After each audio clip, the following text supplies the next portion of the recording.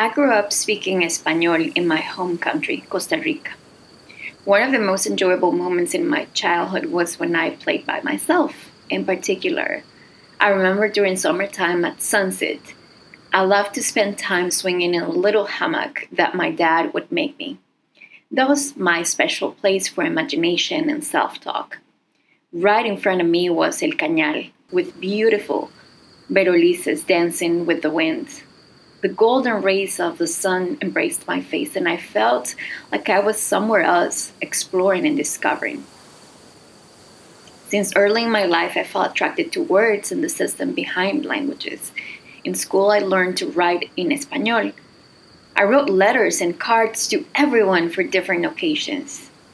Although I was being socialized as a girl in the 80s with very strict gender roles, my mind was set in school and learning, and not so much in family and having kids.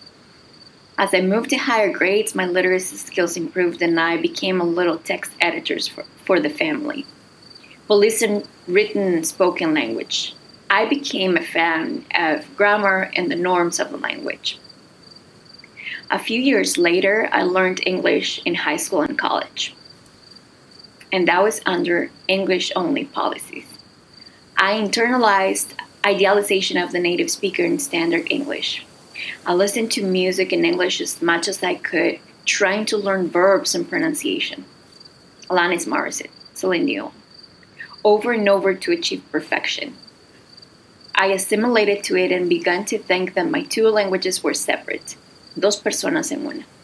Back then, I was unaware that the language I was learning and the way I was learning responded to dominant language ideologies. When I became a teacher, I replicated that in my English class for many years. Now, in my PhD, I decided to study this and contribute to the development of pre-service teachers who, like me, love languages, but don't need to pursue idealized forms of speaking. Languages have been a great part of my history and my identity, even though many years ago I was not aware of my growing passion for them. This passion has grown, now in a different direction.